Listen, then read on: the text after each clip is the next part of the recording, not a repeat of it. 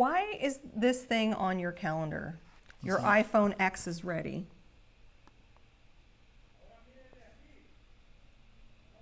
I don't know. I don't think Spam. That's weird. It somehow got on your calendar. I go look at it. That's the first time I saw that. That's super odd. All right, we're gonna give folks a few minutes to come in because this is an unscheduled show, and nobody knew it was gonna happen. So Well, a few people. There's a lot of people in the chat room. they just popped in. They just got here, yo. Wait, there's a show. Yeah. Obviously, I'm home. Surprisingly. Isn't there a song? I drove all night to There get to you. If there isn't, there really should be. Hey, look, it's Rudy!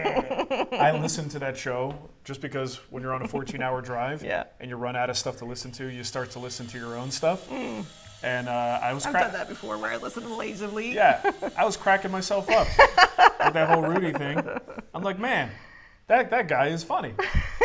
After I ran out of stuff you should know to listen to. Did you listen to lazily?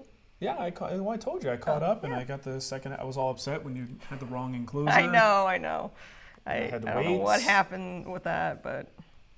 All right, so this is going to be, I would say, a fairly quick show because it is kind of an unscheduled thing, but I've got some stuff to show you guys. Yeah, I have my post scheduled to go on Patreon next week. Yeah, so no Patreon questions, but we'll get to it. I guess we should just get started officially. Hey, it's Friday Live. I'm Mark. I'm Nicole. And we're not supposed to be here today, but because I'm not supposed to be here today. I came home early.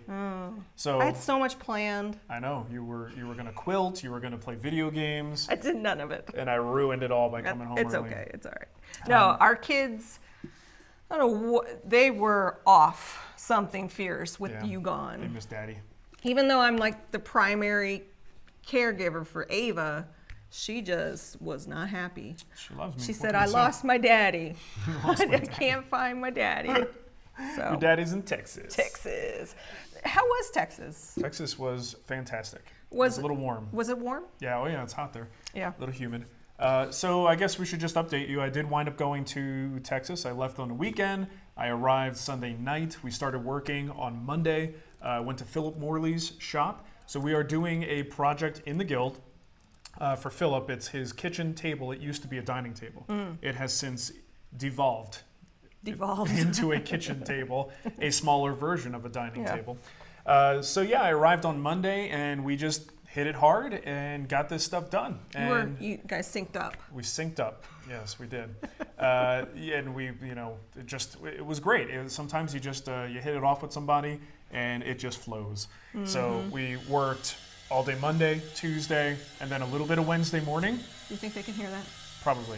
Sorry. We're getting more bricks cut. Sorry. Cutting the bricks. So Wednesday morning we finished up. Last coats of finish. Filmed a little shop tour with Philip, and then I hit the road, drove like the entire time, 14 hours, all the way home in one shot. Nice. It took me 2 days on the way out, Yeah. but on the way back, you get to the point where I'm like, got a good early start. I got home a little bit before midnight, and it was fine. I just got to listen to a lot of shows and audio. And, caught up. I mean, that's one books. thing. I mean, I don't get a chance to listen to audio. When I used to travel, I used to listen to audio shows all the time. Yeah. Now Well, I it's used to listen to a lot more, but now with Jay here, I don't listen to much at all because it's rude. To always be like, Rudy! What? Rudy! So I need a haircut. That's another that's bit all right. of news. And I want to show you a couple things here. So first of all, this is the actual That's table. Beautiful. So get this. He's got a friend down the road that does some work for him sometimes for photography. So I told him, look, we got to get this new picture up on the site because that's not what we currently have up there. So he quickly ran out, got this one photographed. This is the actual one that we built together. I say together, but I only helped toward the end. Once we had like one leg done. Did you help him with the domino? Yeah, I showed him how to use the domino. So that's essentially what we're looking at, and this is expandable, very easily expandable to a larger dining room size. But if you're interested in this project, we are moving it forward. It was initially scheduled for June. June of next year. That is far too far in the future For this project. So Yeah. we're going to be moving it forward significantly. I don't know November, exactly. right? Maybe. November. A little something hanging from your lip, like a piece of skin or maybe a piece of frosting from a donut. I didn't eat any donuts. Okay. So you want to get on that at the woodwhispererguild.com. This is still on pre-order, but we will be changing that schedule pretty soon. So if you're even remotely interested, do not delay. You want to jump in on that. And this is the first time you've worked with Philip. It is. So, as an instructor, you know, how did he do? He's good. I'm quite attracted to him. Philip is Because he teaches in real life, unlike you, which you normally don't. What are you trying to say, Nicole? Well, you don't have like in-person classes. You don't have This is you your don't have person. like a good personality. Yeah, Philip is great. He does teach in Austin, I believe. There's a great school down there that he teaches at a lot. I think he even has students sometimes in his shop. Here's what I like about Philip, besides his accent. He reminds me a lot stylistically of David Marks. And a lot of what I love about David's work and the things that got me into woodworking in the first place, I see echoes of that in the personality of his designs. And Philip, it reminds me of David's work and the care and attention. He's one of those guys. It was great to be with another person who believes in sanding end grain as much as I do. The amount of time we spent sanding the end grain on his tabletop was ridiculous and fantastic at the same time. Just seeing someone who good enough isn't good enough. He's one of those people, a great person to learn from. So I highly recommend it. And the thing is, his project in the guild, this is his first one. It will not be his last one. Yeah. I really want to move forward and have Philip as a regular in the guild if we can. The bar stool that you showed me, I was We're like, thinking about a ooh. bar stool. He's got a beautiful bar stool design that I think is super cool. Here's a little clip, and this is not anything, joinery wise. I just thought this was fun. I posted this on Instagram. This is Philip using a stroke sander. Oh yeah. Which I haven't had an opportunity to use one of these, but it's pretty darn cool. Check it out.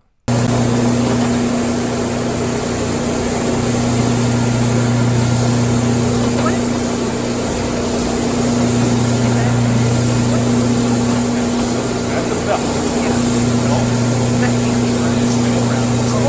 So Sand belt. The belt is spinning too. Yeah.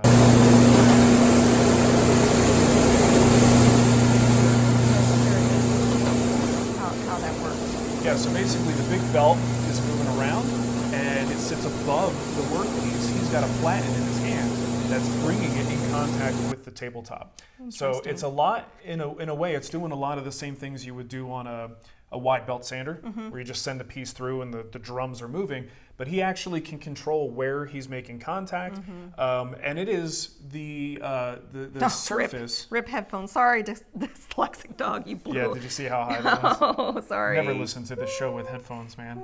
Sorry. Sorry. Look, I try to get fancy, and then I know you get what it. are you gonna I do? was like, ooh, look at him busting out the video like. Like I was all prepared. Sorry about that. But anyway, it is it's very old, by the way. It's nothing new. It's old technology. But I was really impressed with the surface quality when it was done.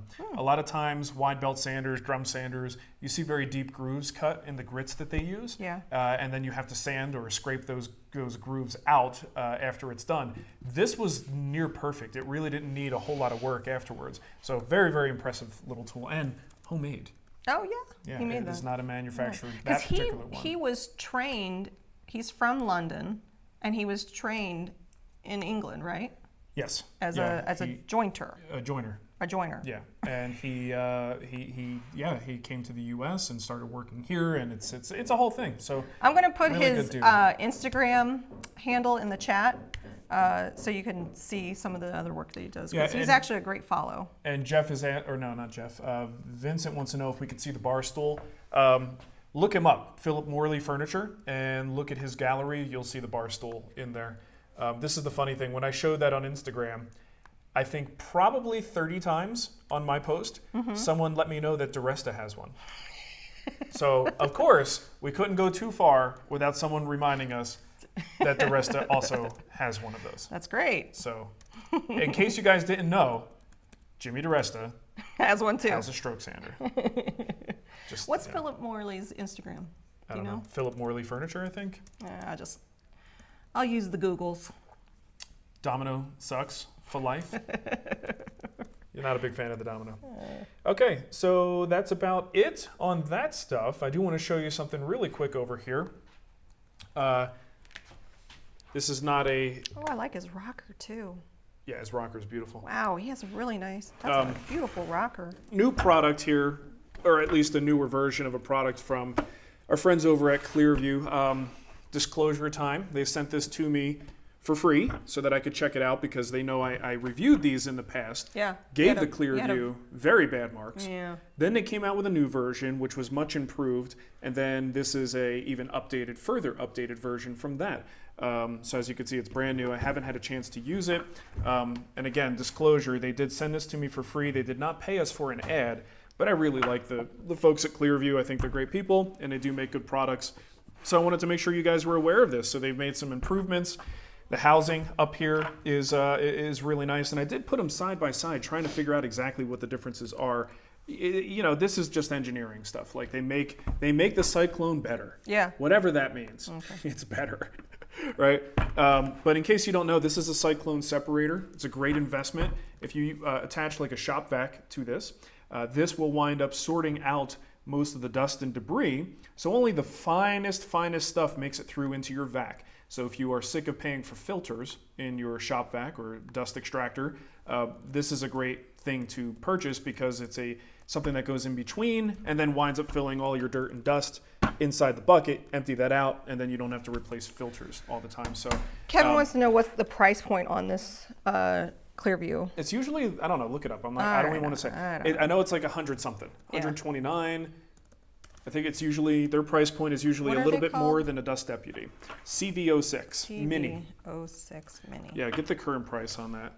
Yeah, I mean, these things are great. I really highly recommend them, whichever brand you wind up going for if you make a homemade one. Cyclone separator. 125. I was pretty close. Yeah, you were. A Cyclone separator is definitely a smart investment that kind of pays for itself over time if you're sick of buying filters. So compared to, when you did the Cyclone shootout, Yeah. compared to the version you had then, this is a much more improved version. Well, they made the biggest improvement when they got rid of the one that I reviewed and came out with a new one. Gotcha. That was a huge improvement. It performed just as well as the Dust Deputy. This is now almost it looks really different. Oh yeah, big time. This is now like version 3.0. Gotcha. Right, and some things are different. I think this housing might be just a little bit taller. It's again, I don't know the exact differences, but I would assume if they came out with a new version, they've made even more improvements. It looks. But it's really well built. It's robust. It's sturdy. It's a nice unit. So definitely something to consider. I got a super chat. I should mention there's no Patreon questions today because we weren't expecting to do the show. Nicole is getting all the questions from our YouTube chat. So I do have a Patreon. Can I put or on football not Patreon. while we do the show? Oh, you can't put on football. I missed the game last night. That's fine. Craig Chagrin Hammond, I think that's how you say. Okay. Did a super chat. A little extra for the personality classes for Spags. What does that mean? Craig Chagrin. Okay, it's Craig Chingrin. Chagrin. Hammond, maybe. But I do like your version better. Chagrin Hammond. Sorry, like that, sorry, Craig. You get what you get. Oh, please stop talking about me getting personality classes. What's personality? When I said that I don't have a good personality. Oh, yeah. Yeah. If they have classes, I should be taking those. And then Jedi Wizard did a super chat. Thank you for all you do. Just bought a used planer and it has a couple of scratches on the table. What's the best way to fix this? A used planer and has some scratches on the table? I wouldn't worry about them unless they are actually putting like little shards or burrs of material that's scratching the wood. I wouldn't mess with them. Because, I mean, you can, but the more you start sanding and trying to surface cast iron, the more problems you can cause. So, like I said, put a piece of wood through there. If there's nothing scratching the wood, wax the table and be done with it. If you do find that you have some burrs on there, I might just take a piece of high grit sandpaper, 400 grit, something like that, on a sanding block and just lightly sand around the scratches. Make sure you work down any of those little metal pieces that might be causing the problem, flatten them out, and then wax it, and then start using it. I wouldn't put a whole lot of extra effort into it. Wow, I love some of those chairs. His work is just great, isn't it? Yeah. I'm glad you found them. Yeah, me too. We're talking about Philip again. I was looking at his Instagram account. He's all right. Got a question here from Michael Taylor. Have you considered getting one of those Makita shop Roombas? No, I mean, in the past, I brought a Roomba into the shop. Do you remember that? When we had that one that was like, I just gave it a shot to see what it would do, and a regular Roomba is no bueno. So I don't know. Maybe if Jason wasn't here, I might consider it a little bit more. But the problem is, a lot of times what falls on the floor, stuff that really should be picked up, bolts and other parts, I'm not so sure how well it would do. It's intriguing. Automation is always intriguing to me. It'd be a lot more intriguing if I didn't have somebody here helping me clean all the time. From what I've seen, though, it's promising. It actually does seem to work. It catches large debris. It's not intended for just, dog hair and small, little pieces of dust like we have in the house. But if it chews shoelaces like the one in the house, I'll tell you, it's going to be an interesting thing. That's the other thing. Cords, like, does it just skip over cables and cords, or does it chew those up? Mm-hmm. But it's compelling. Compelling. You know what would be great is if they just sent me one, and then I could tell you all about it. Yeah. Well, no. Then you actually have to do something with it, though. I would turn it on and tell people that it's either good or not good. Yeah. Let's see. I'm working with Nightbot again. Because I can't, unless we're live, I can't tweak him. So I'm also looking into getting a show title bot in so we can get show titles from the chat, which would be fun. Yeah, sure. Yeah, sure. Why not? Why not? All right, do you got any questions? Because I didn't grab any. Oh, nice. She's worried about Nightbot. No, I'm not, because I have no questions. So. Yeah, hit us with questions. Oh, Andrew says, do you have any beginner tips for using the Domino? It's a point and shoot tool. One of the best tips I can give you is to get comfortable making lines on two adjoining workpieces and then matching the line on the Domino gauge and firing away. It's really a very simple tool. It's only when you get into like really weird things and angles and trying to get clever with it that it becomes difficult. So I would also recommend looking at some videos on it. I'm sure there are some decent beginner videos. We have that video from like 2007 where you made the step stool. Mm-hmm. I still use that step stool. Yeah, love it. That was really early. A lot of the fun and unique things you can do, I guess, I don't know, like the accessories, that's what I'm talking about. There are some interesting things you can do with using spacers and all the little, fins that come out to lock you in and have repetitive things. I don't really use those very often, so most of the accessories are not even something that, it's not in my Domino vocabulary. But you can look into those, look at some of the videos online, see how people are using it. But it literally is as simple as a joinery tool can be. You just bring your joint together, whatever it is, right angle, some kind of a bevel or mitered angle, frame and styles for doors, space your dominoes so that they're evenly spaced in there. Try not to ever just use one domino if you could avoid it.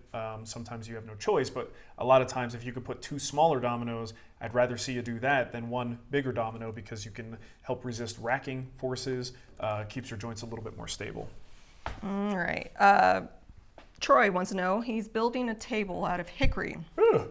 Would you fill the pores even if you're not going for a glossy finish? And if yes, how the heck do you do that? Nope. And get a color match? I wouldn't.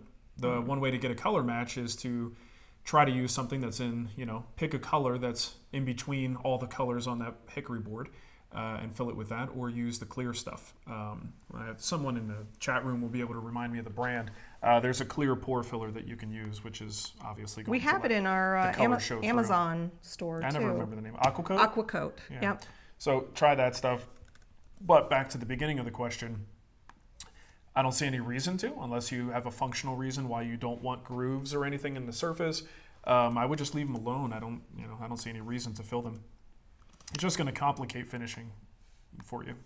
No reason to complicate it. Vincent Sanders says, I need clamps. Don't we all? Join the club, man. I got plenty, but I still need more. What would be a good set to start with and get the most work out of? Pipe clamps. Yeah. I mean, when we're talking about a bargain, a lot of times we upgrade from the simple, humble pipe clamp, not because we need to, but because we want to. So if you're looking to get, very versatile, simple, fairly inexpensive clamps, and also be able to get long lengths without breaking the bank, look into pipe clamps. So you buy the clamps over, wherever you could buy pipe. Certainly Home Depot, Lowe's, they sell them, but if you can find a cheaper source, go there. Get yourself either 3/4 inch or 1/2 inch, and then you can go to like Jorgensen's, Rockler. I mean, just about all these woodworking companies, especially the ones that sell clamps, typically will sell the pipe clamp sets, and that's basically the ends. So you just thread those suckers on there, and you're done. I still, to this day, have a little rack of pipe clamps that I refuse to get rid of. Hardly use them, but they're there. If I didn't have all these other clamps, I would totally use them all the time. So I think that's the best place to start, because you can get a lot more clamps for your money than if you go to like a Bessie or a Jet and wind up trying to get like the cabinet clamps, parallel clamps, things along those lines. Okay, I think I fixed the bot. Okay, good. Okay. Scott K wants to know, do you still use the Earlex 5500 or 55? Yeah, I don't have it anymore. No. The thing is, at a certain point, the Earlex is a great unit, but at a certain point, because you have Fuji, start to right? you start to realize you're holding on to things just to hold on to them. So because I had a Fuji HVLP and I was using that all the time, the Earlex was just kind of collecting dust. So it was just, I'd rather sell this or give it to someone who could use it than keep it in my shop, so it just sits there until I need it for some demo or something. Right. So no, I don't have it, but it's a perfectly capable, smaller, like lower powered HVLP system. Sean Patterson, is there a noticeable difference in using the cyclone versus using a bag in the shop vac to preserve the filter? Well, yeah, if you just use the cyclone, those are not 100%. And the things that it does let through, those will be the finer particles that tend to clog up the filter inside. So I always use them in conjunction. So I still have a filter bag inside the shop vac in addition to using the cyclone separator. It just means that you probably won't have to replace that bag for a very, very long time, because most of the stuff is getting caught by the bucket. What doesn't get caught gets caught by the filter bag, and anything the filter bag misses gets caught by the actual pleated filter inside the shop vac, which is next to nothing at that point. So multiple layers of protection with something like that. Justin Ford, I asked the project forum, but you're in need of questions. Chamfers on the Barrister Bookcase, are they on all the edges or just the inside of the rails and, is it stiles? Stills? Styles. You see my knife? Yeah, you got your pen knife, your on pocket knife. I'm on a pocket knife kick right now. I'm so excited. My dad always had a pocket knife. He had a, I don't know, I can't even. I've been sleeping on the couch more, so now I'm doing a dad thing. Okay. I got a pocket knife. Sleeping on the couch. Farting more often. I'd have to look at it. Basically, it's a personal preference thing. Chamfers are really about what you think looks good.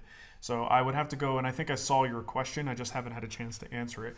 I got to go actually look at it. If you can, zoom into the pictures and see if you can identify which edges I chamfered on those.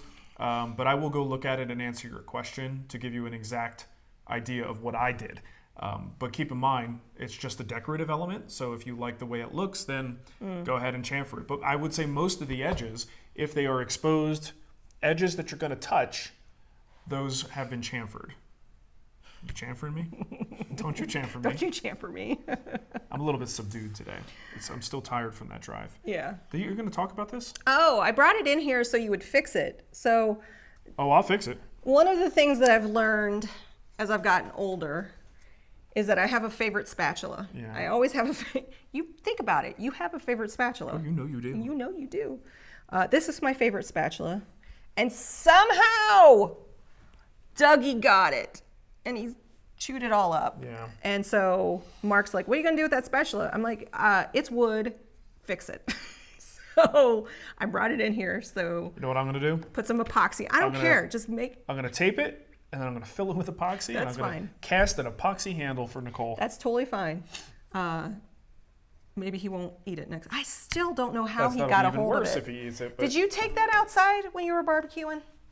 I may have, but I wouldn't put it on the Because ground. I found it outside underneath one of the patio chairs. And I was like, what in the world? Yeah, Duggee, he climbs on furniture. Because he's so you too never know. short to get up on the counter. There's no Yeah. way he could have Now Millie, yes. Maybe Millie helped him. No. She went like this. It had no food on it. There you go, buddy. All right, what do we got? We have a super chat from our good friend Ben. And he says, never stop teaching and inspiring. Oh, I'll try. Thank you, Ben. Thanks, Ben. I will try, sir. Let's see. We got... That's not a knife. What? That's Oh, No, no, that's that's a a knife. knife. I'm going to... wood plans, I think I'm going to have to ban you. Yeah, ban that stupid person. Stupid plans. Yeah. Don't buy any... Don't... Just in case you don't know, don't buy Ted's woodworking Here's plans. a safe rule of thumb. Buy one plan at a time. Yeah. There you go. Okay? If you keep that in mind, nothing will ever go wrong. Yeah. Hide this user. Sorry, dude. Okay, what else we have? Any more questions? Yeah, we have lots of questions. And this one's from Michael Taylor. When using my joiner, I face joint the board, then one side. Then one side? Yeah, go ahead. When I check for square, it's never quite right. The fence is parallel to the bed. Is there anything I can change or do differently? Yes, stop adjusting the fence to the jointer bed. Instead, run your workpiece through, look at the result, make an adjustment to your fence. Even if it puts your fence out of square, seemingly out of square with your tables, adjust based on the work, not based on the bed. If everything is perfect and straight, yes, your table and your fence should be perfectly square. In reality, sometimes things just don't work out that way.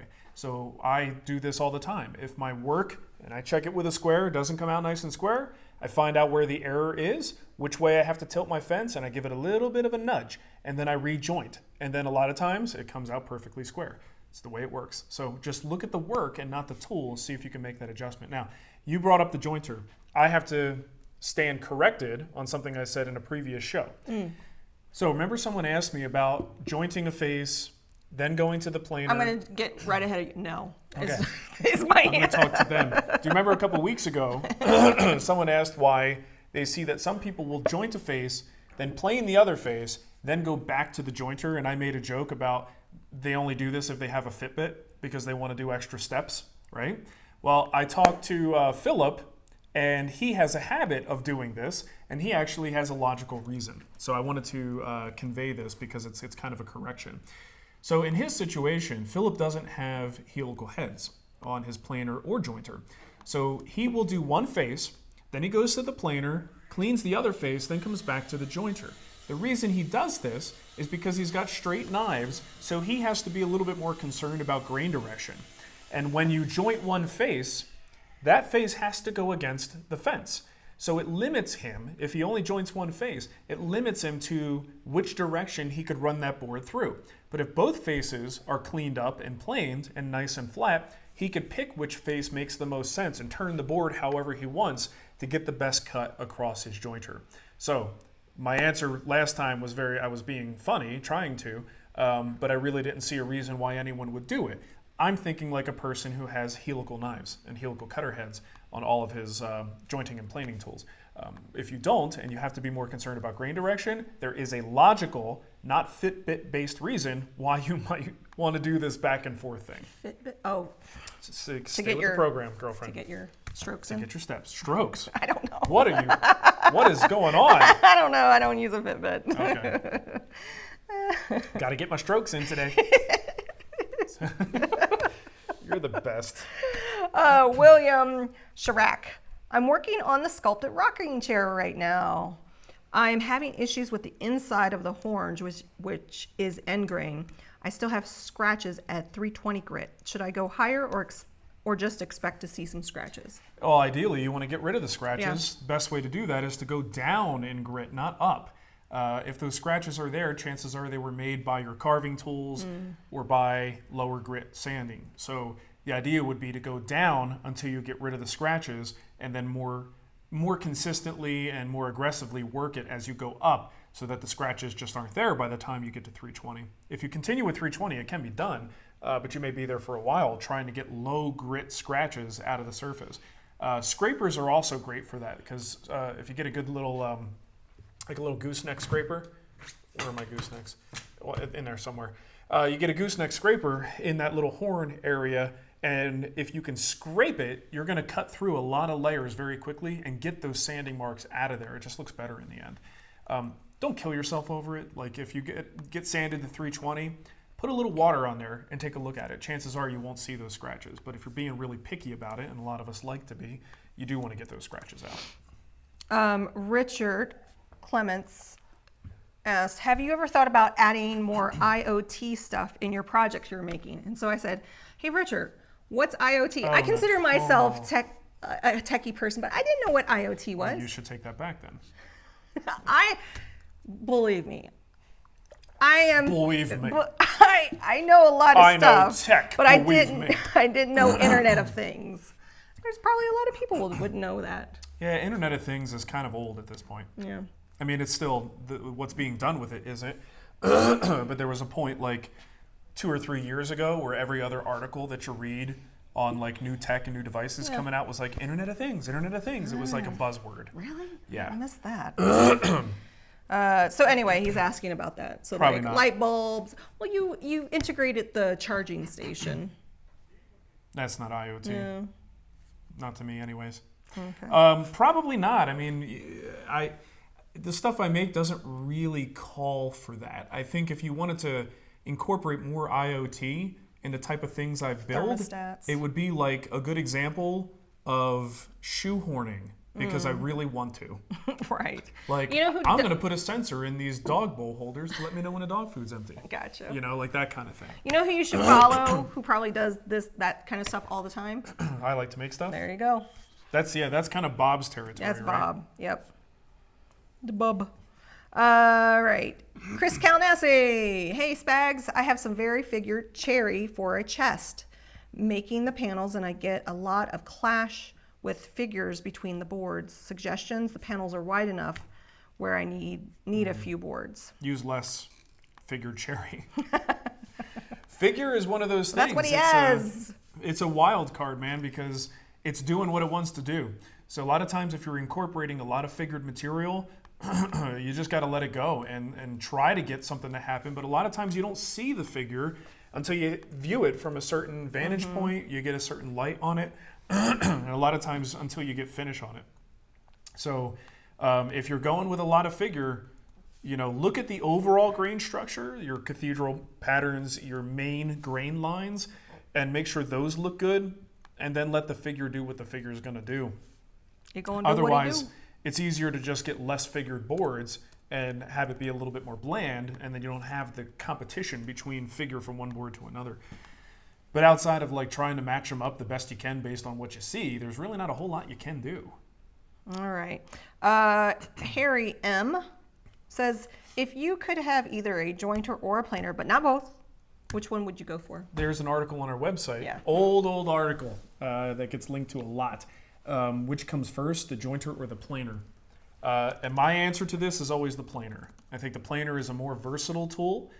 We have alternative ways that we can do the jointing operation. The jointing operation, I think, is easier to replicate and do with other tools than planing is. You can also buy a lot of fairly milled material. So if it's fairly flat to begin with, then you can have the power of thicknessing to whatever thickness you want. You can't do that at a jointer. So overall, if you can only have one, I think a planer is going to give you more bang for the buck, more options with your material choices than a jointer would. All right. Let's see. Sorry. I'm just casually looking at the chat. Matt Van Overloop. When trying to dye figured wood, is it better to sand to higher grits or stop at lower to allow dye penetration? I mean, generally speaking, the dyes and pigments, if you sand to a lower grit, you get a darker color. I would experiment. Get a piece of test material, sand it to 180, give it a little dye, see what it looks like. Sand it to 220, 320, 400, whatever you want.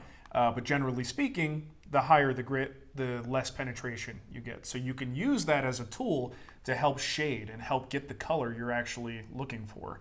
I don't think there's really a right answer exactly. It's a matter of what you want to see in the final piece. so you're on the right track. You understand what's happening there, but it's up to you where you want to stop with that. What's happening? I like this. So who said that? Where is it? What? IoT equals introduction of threats. So basically the whole concept is like, my refrigerator is connected to the internet. Right. Like, we've got so many devices, that are and connected. very few of them have built-in protections. Yeah. So they become part of like these zombie nets Yes. for computing power Yeah. and DDoS threats and things like that. Yeah. So it's really hard. And most people, the people who buy these things, generally, you can go to Home Depot now and get all kinds of connected devices. The people who buy these have no idea how to protect themselves from it. Right. They keep standard out-of-the-box administrator logins and passwords. They don't change anything from the default. Right. And these things are really, really, fairly high risk for being taken over. Let's see. Eric Buckwalter. Hi, quick question, or quick one, he said. What is the best wood for making children's building blocks? Maple. Maple? I think maple is a great choice. It's nice and hard. It's like maple. Yeah, we make cutting boards out of them. It's a good domestic species, renewable species, nice and clean looking. If you wanted to, do something with the color, you could with like, food safe coloring. But ultimately, they're very durable. Kids like to smack those things around. We've got some blocks like the Peppa Pig blocks that have designs in them, and whatever wood they're made out of, they're splitting. Oh, yeah. And what happens is, because the kids bang them together, but I think, if those were made of hard maple, they would not be splitting. So Aaron Olson, Yeah. he is the one that made the really good blocks. Like the zebra wood and stuff like that. I don't even think it's zebra wood. There's some that are is it? zebra wood, for But sure. I love those blocks. Almost positive. Yeah. Yeah, those are great. I mean, there's lots of things you can use, but if we're looking at like easily available, not that expensive, Maple is splinter resistant. maple is a really good option. And if they pick it up and chew on it, there's like Which they're bound to those do. teething rings that they sell made out of maple. Yep. So it's not. It's a really good, durable, safe choice. There are other options, but that's the one I would recommend. Will Hooper, what would be the next tool you would get? Drum sander or spindle sander? I'm on the fence on which one to get. Spindle sander. I think the oscillating spindle sander, if you do a lot of curves, which I do, that's going to be super handy on almost every project. A drum sander is a great luxury, not a necessity. If you do veneering work, it starts to go into a little bit more of the necessity category. But outside of that, you are just using it to kind of save you a little bit of time sanding and to smooth those surfaces. You're not using it for thicknessing purposes. So it's a very, very specialized tool. So personally, spindle sander all the way. But again, that's reflective of the kind of work that I do. Vincent Sanders says, what planer would be a good starter planer? I'm retired, so DeWalt. fixed income. Yeah, I think this is just from my personal experience and hearing what other people say. The DeWalt lunchbox planers, DeWalt's got a bigger model. I don't know, DW7 something. It's yellow, so. That's one of the best ones out there. There are other brands. Look around if you're looking for something a little bit more budget friendly, but I've heard very few complaints about the DeWalt lunchbox style planers, and then the Big Daddy version of those is supposed to be pretty darn good. But man, are they loud. Yeah. But it's pretty darn good. So DeWalt. DeWalt. Let's see. I got another question here from Chris Kalnassi. He's full of questions He today. is. Question Chris. He wants to know if you've listened to the new Tool album. I haven't. That's the real question. The drummer in him should have no excuses. Oh, I have excuses. The drummer in me went to Texas. You could have listened to it. You were on the road. 17 hours. Let me tell you. Do you like to listen to music when you drive? No. Really? I love listening to music. Music will put me to sleep. Really? For driving long distances is a battle with my brain Yeah. to find the things that will not lull me to sleep. Right. Music will put me to sleep. Even audiobooks will put me to sleep. So I have to alternate audiobooks and podcasts, preferably really informative podcasts to activate my brain so I don't fall asleep. And then I have to have something to munch on, like pretzels or something light duty. So when he told me he was driving through, I'm like, he's probably going to gain 20 pounds because I know he's gonna be so munches. heavy. He's going to munch the entire time That's that why he's I'm driving. munching on things 17 hours of just munching. Yeah, low salt popcorn, not M&Ms or Reese's.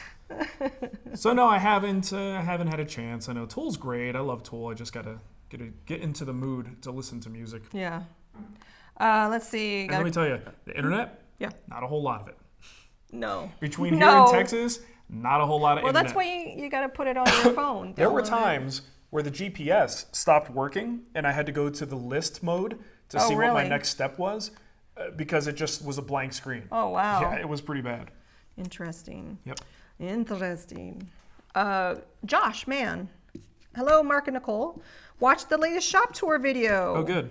Why no CNC? Why no CNC? Why no CNC? I don't know why no CNC. Or laser cutter. I found them super useful for prototyping and templates. Oh, I think they're super useful. I just want to go to your house, Josh, and have you make templates. Can we come for over, me. Josh? Yeah. Come on. I don't want a big CNC in my shop, at least at this point. It's something that I need to learn. It's a new, again, I say this all the time. I have enough trouble mastering woodworking, and that's the thing I really love to do. Getting into CNC is another discipline. It's a whole, it's not just like getting a new tool. It's a new language to understand, new programs to understand, and it's a time sink in a lot of ways. So my preference is to find people who've done that work, who know how to do it, who I can rely upon to do things for me. So Gordon in Colorado Springs emailed me, and he is part of the Pikes Peak Makerspace. Cool. And he has a CNC That's that he great. said if you ever needed or need anything made, let him know. He's saying, please. Yeah. So if you're in Colorado Springs and you didn't know they had a makerspace, check out Pikes Peak Now you do. Makerspace. They've been around for about a year. Well, and I'll tell you this. What really intrigued me, They have a 4x8 I foot was at- CNC router. I was at Philip's shop, and he was showing me some stuff that he was doing with the shaper origin. That intrigues me. And you know why? Because it's not a giant thing. Yeah. That's like another Taking tool. a huge spot. on Exactly. It's basically a router, and you have to do things with this little tape so that it knows what it's looking at.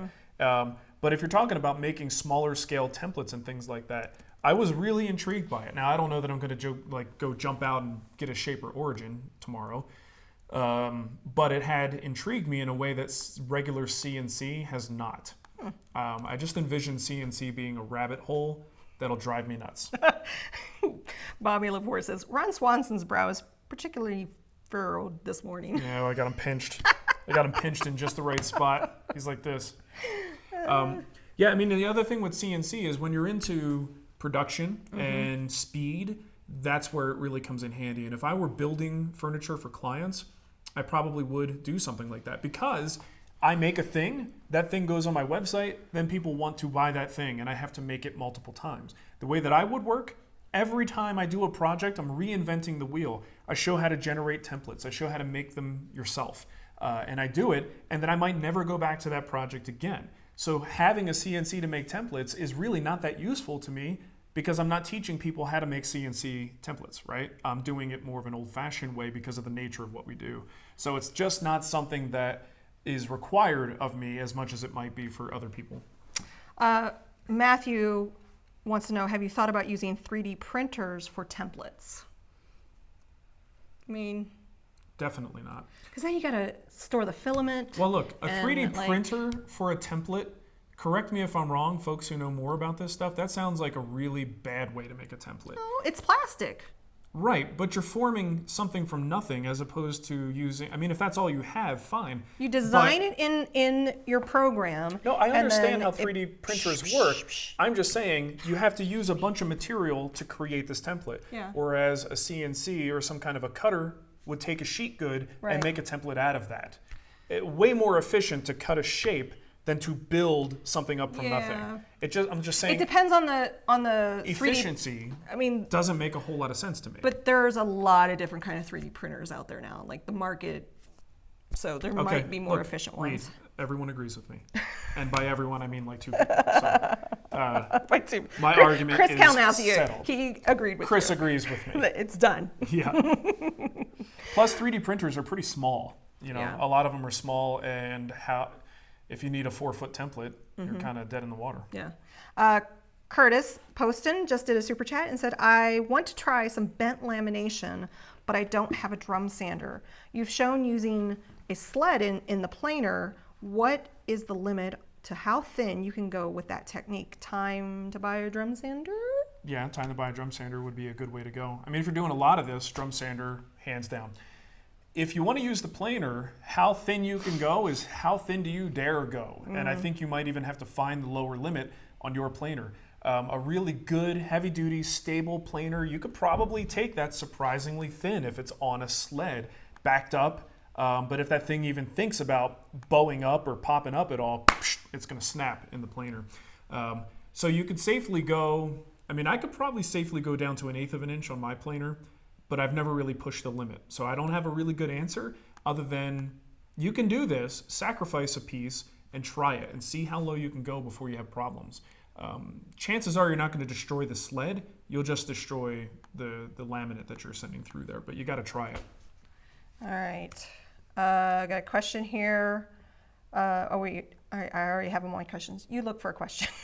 I'm trying to get... I'm still thinking about the 3D printer thing. Yeah. It's like, I got this new advanced tool. I'm going to use it for everything. And I'm going to set this thing up, and I'll be back in 2 days to get my template. You know? I don't think it's... I could have used a jigsaw and had that done in about, 15 minutes. Right. You know what I mean? It just feels like a silly way to process materials through. I don't know if it's silly. Look, now if you want to make, plastic cosplay weapons, I'm all about it, Nicole. So Preston, I am reading your email right now, and I am trying to get it set up. So thank you very much. So I'm gonna give it a shot. Let's see what happens. This might be cool. This might be crazy. What do you want, Jonathan Katz Moses? How do I do it? Okay, so I got it set up. So if you're in the chat room, Preston, give it a shot. So Jonathan says, I have a 150 watt laser. Oh, that's awesome. They're tamping down the stuff before they lay the bricks. 200 templates for sale a week. Let's talk, Mark. What are we talking about? I don't need to make templates. Actually, we might talk to him because we stopped doing the template sales in the guild. When I moved away from Arizona, a good buddy of mine, Ron, has a CNC business. So he would crank out a bunch of templates for us. Now we provide the digital files for templates, but we stopped selling the physical templates. My mom is in the process of moving back to New Jersey, so I don't know for sure what we want to do in terms of stocking them. But maybe we should be talking to somebody about possibly putting templates back up for sale for guild projects. That'd be nice. Definitely possible. We'll talk, Jonathan. Thank you for the offer. Anthony wants to know. We'll have to see. Anthony wants to know, off topic, but what lavalier mic are you using? Sony. Sony. So I had a little bit of problems with one for a little while there, and I not upgraded. I just had to get a new one. But it's a Sony Lav series. They've got. I'm not wearing it right now. We don't use Sony Lavs for the live show. I use them for. You know what? He might be asking about the live show, not about what I usually use. I think he's talking about the live show. Okay, so yeah, usually I use my Sony wireless typical lav. It's the one with that little yellow trim around the screen. What we're using here is a Movo LV60. That plugs into a Focusrite Scarlett mixer. So you see these guys? All right, it's just a XLR, direct XLR lavalier mic, goes right into the mixer. That then goes USB into the computer. All right. So Steve just said, you are completely wrong about your impression on 3D printing. Maybe not. Well, he said totally wrong. You know what I'm going to do? But I said, tell me why. He goes, because especially in working in a small shop. Imagine the meme of a guy sitting at a table with a white sign in front of me Prove me that wrong. says, 3D printing is not the way you want to make templates. Change my mind. That's what we're doing right now. That's what we're doing right now. Okay. So Preston was able to help me set up a show bot. So you can submit titles to us for the show, which is kind of an interactive, it's a back and forth kind of thing that's going to happen here.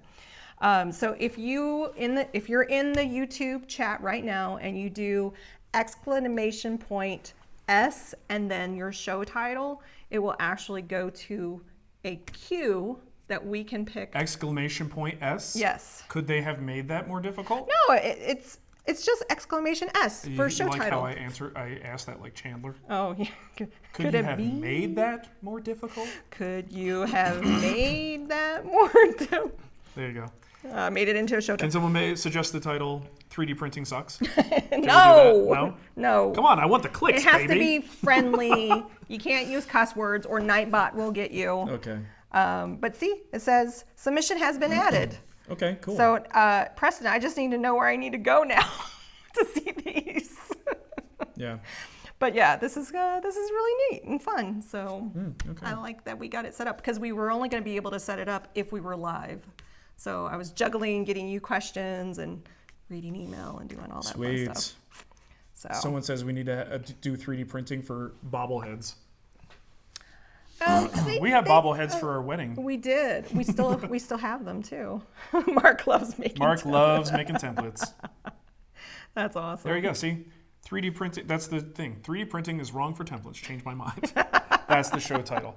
I like that title. Yeah, okay.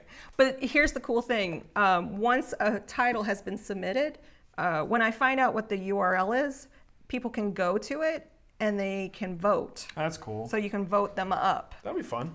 Yeah, I'm not sure.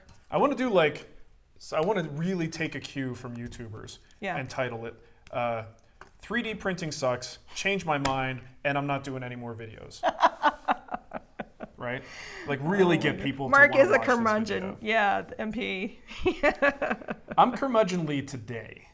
Normally I'm not this. There's a curmudgeonly. 5-second gap between titles, FYI. Okay, that's fine. What, you can't submit more than, you have to wait 5 seconds to submit a second title? Yeah. It's a thing in You the see somebody who's like, I've got 10 titles. Like, what do you need? More than 5 seconds or less than 5 seconds? I think So that's, you have to wait. No, I get can it. increase it too. I can say, no, you got to wait 5 minutes well, yeah, I or can something see like that. 5 So- seconds sounds like plenty of short Yeah. enough time. So this might be fun. This is now a permanent thing. Again, You won't believe what Mark does with his 3D printer this time. He does nothing. it's not saying my submissions are accepted. I don't know. So Whatever. Let's not Yeah. dwell on this. I'll look on it offline. Let's keep going So with Preston, just questions. let me know the URL. So the plan for the spatula is he's gonna wrap it in tape and you're gonna put epoxy in it, right? And then sand Mm-hmm. it down for me? Yeah, you know what? These little rivet things that are in here, I don't know how to do that. Is that like a tricky thing? I mean, usually this actually I'm looks okay like it's with- just brass. Yeah. That's been like brass dowels that have been filed and maybe epoxied in there or something. I can definitely do that, but I assume that when you see those little rivety type things in there, that it's a little bit more complex of a process than just a dowel with glue. So, I mean, I could make a totally new handle if that was all it was, but I don't know. You guys let me know. Is there a tool I could buy that would press a rivet or something in there? So I could certainly do a brass dowel. Thompson did a super chat. Oh, he just did it. So if you have a question, drop it in. Yep, that's that. So, did you win anything from your Dunkin' No, PO? we never, even if we win stuff, They're lame all prizes. we get Hey, from Dunkin', Dunkin' is is coffee. Like just plain How about coffee. just give me a cup of coffee? That's the whole point. They Don't want give you me a to- shot of espresso. I don't want hash browns. Yeah. I don't want I don't even want a free donut. your Americana. Just Right. give me a coffee. That's all. When I was in Texas, I had to wait in a really slow, long Dunkin' line. Yeah. And I finally got there, and a guy's like, "Oh, we're so sorry about the wait. Do you drink Americanas or espressos?" And I'm like, "No, man. Like that was they were gonna do that as Yeah. the freebie for Yeah. you, but they don't. They give them away because they just want coffee. Right, but no, like why give away the thing that causes people to go there in the first place? Like, it's not like I we're not know. gonna go there I because we know, didn't get a I free know, one. I know, They're I not know. stupid. It's the same reason why they would never sponsor us. Why would you sponsor us Are when we still every live? damn show has their label, their logo in it? We're still live, right? To my knowledge, Okay. it says we are. Okay. Live. All right, what else we got? Let's see. Corby bolts. I'll look into that. I don't know what that is. Corby bolts. Corby Dorby Schnorby. Stormy. But you know what? I would really like to not do an epoxy handle. Mm-hmm. So a nice wood handle would be cool. Yeah. I googled Corby bolts. If you don't do anything, I'm just gonna wrap it in duct tape so I don't get a splitter. Nah, That's how much I love that spatula. I'll fix it up for you. It's not a You know big what? I deal. got that on Amazon too. I'm gonna put it in our Amazon store Yeah, on I'll Friday set you Live. up. And people are hooking me up with some tips for bolts, so Awesome. we'll be good. Oh, Chase just did a nice super chat. All my current builds have been from wood at big box stores. With all my new jointer and planer on the way, what advice could you give me when it comes to my first visit at the lumber yard buying my first raw lumbers? Best advice I can give you is to watch episode Like 4. 3, I think it's episode 4. a lumbering feeling. Yeah, there's a You're gonna early see- episode. And I thought, way in the beginning, this was a challenge for me. And it was something that when I started making videos, I felt it was important to let people know that they're not alone in being confused and intimidated by the lumberyard experience. So go watch that video. There's even have an article about S2S. S2S. Yeah, you can definitely get deeper into it, but if anything, at the end of this video, it'll make you feel a little bit better and also know what to expect. Yeah. Every lumberyard has a little bit of a different process. Some are more friendly than others. Personality. I would say most lumberyards are really terrible about signage. So a lot of times you don't even know where to park. Do you park in the yard? Is there a lot outside? Do you go into the office first? Can you go right into the lumberyard? They're not very clear about these things. So I think it's always safer to first park where it looks logical to park, go into the office and ask them, what is the process? This is my first time buying lumber. And sometimes you have to tell them right then and there what you want, and then they'll pull it, and then you get to pick your boards, and then they tally it up and you pay for it. Other times you are free to roam the lumber yard. Sometimes they have things ready and accessible for you to pick through. Other times you have to get someone with a forklift to take something down. So you just ask questions. And if they don't answer those questions, tell them that they're not being very nice, and that they should be nicer. But no, seriously, sometimes they're just not that friendly. Austin Hardwoods is a great example of a very friendly place where if you go in and start asking questions about the process, what do I do first? You'll get a straight answer, and they will most likely, escort you to where you need to go and show you how the process works. So hopefully you have a place that's kind of like that. But don't feel bad if it feels weird or intimidating, or you feel everybody goes through it. You just got to do it, and then once you understand how they work, then you'll have a much easier time. Preston, you rock. I'm going to be signing up for your Patreon after the show, so I really appreciate it because I think it's fun. It's fun to have this little, see, look. And so you can vote here just by clicking on it. There's mine, show title. That's a good one, Nicole. That's a good one. Excellent. So you can go to the woodwhisperoffcuts.showbot.tv, and that's where we'll vote. If you're watching this after the fact, there'll be nothing there. This is only when we are live that we can accept show titles for the show. So there you go. Mark sells his Domino and 3D prints all the things. That's a good one. I like that, Matthew. Nicely done. Is that, how do you say his name? Gerald. Gerald. Most likely. He has a question on planers. I might be making a metal sculpture attached to a large That's wood... Gary.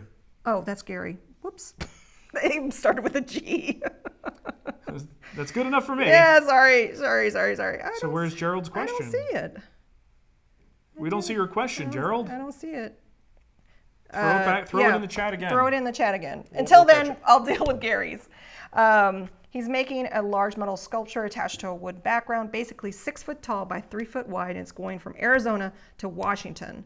Advice for shrinkage/expansion for the wood background. Ooh.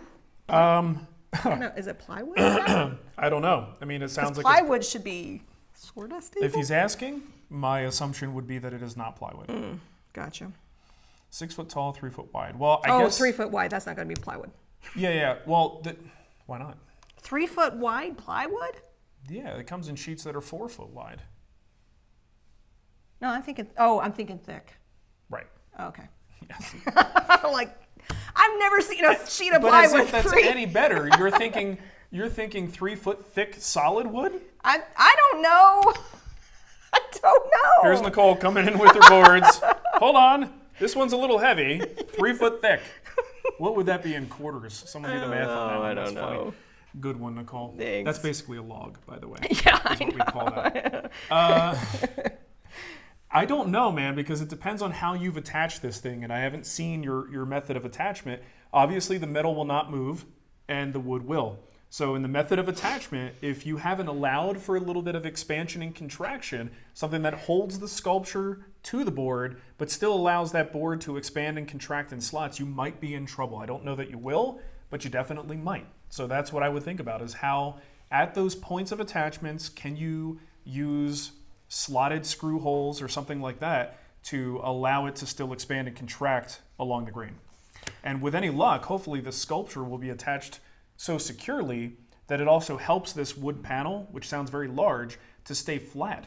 Because otherwise, you know, whenever you move these things, even a panel on its own has potential to move and warp if kept in the same place. But you're sending it from one place to another, you've got even more potential for this thing to go out of whack, and hopefully the sculpture with its anchor points will help keep it flat. So Rudy helped us out and found Gerald's question for us. Oh, okay. He said, I have a lunchbox planer and blades don't last long. I plane softwood like pine. Do you recommend me buying a commercial planer or buying a 1980s planer? Well, anytime it's in the budget and you have the desire for better results and a more, you know, heavy-duty planing operation, going for a nice, high-quality used machine is always a great option. Some of that older steel you can get for a really good price, fix it up, and you've got yourself a heck of a planer. But certainly the newer models are also great too, and you can get some really nice helical heads and things like that. So if it's in the budget, yeah, go for it, especially if you're going through blades a lot. It could just be the blades you're buying. I mean, you're using a lot of softwood. I don't know why it would prematurely dull your blades, but stuff happens, you know. But again, if it's in the budget and you can do it, you shouldn't have to do it, but I'm always going to recommend upgrading the tool if you can, and the budget's there and the desire is there. We should probably wrap it up. Yeah, we should. So much for a short show, huh? Yeah, oops, something. Oh, there's a monkey with a hammer. Yeah, something's wrong with That looks like Cremona. That's weird. I was looking at my super chats, but there's a monkey on my screen. Oh, there it goes. Oh, here we go. Ready? Yeah. Darth Dweeb. The wood yard threw me out after I asked for 7,000 quarter boards. Nicole's, you should go to Austin and ask them where their 3 foot thick lumber is.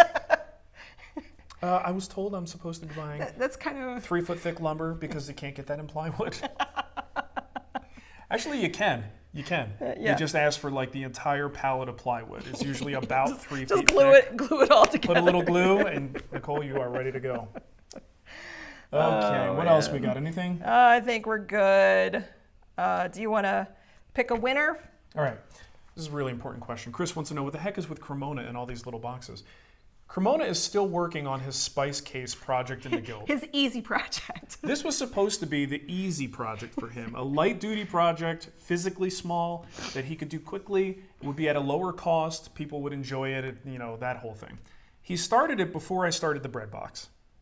And now a couple weeks after I finished the bread box, he's still going. And I'm not sure what's going on there. I talked to Matt last week and I said, dude, what are you doing? When are you going to stop? So he's done a lot of variations, a lot of alternatives. He's packing a ton of information into this simple little spice case build. We actually added the spoon, right? It's spice box and spoon, because a year ago when we planned this out, we're like, there's not that much to do with a spice box, so let's add something just for fun. How about we carve a spoon in addition? He's like, okay, great idea. The spoon is like, we're lucky if we can get to the spoon, because he's doing so many variations and he's out of control. So you guys can tell him, look, it's okay to put the brakes on, man. Pump the brakes. Let's get this project done. Yeah. Because your next project's going to start in January. Yeah. So I'd like to finish before then. I love it though. He's doing a great job. He's killing it, but he's also putting way more into that than he probably should have. But that's Matt. Sean Patterson said to Gerard, you may need to clean the blades and as the opposed gibs. to getting rid of them? Yeah. Gibs with running so much softwood, there could be pitch buildup. Yeah. So there you go. Cleaning rollers, I've always heard different things. I mean, depending on what's on there. I've heard people using like denatured alcohol to give them a little bit of a bite again. I saw, it might have been in the woodworker community on Facebook, someone posted, they're like, I have no idea where you could find it, but I love this stuff.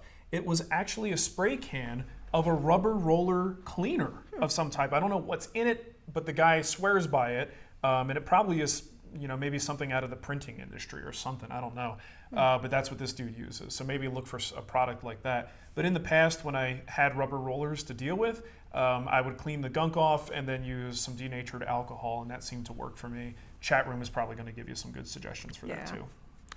All right. So Right. you want to Anything pick a winner for the guild project? I got nothing to pick from. Well, I got a few things over here. How about,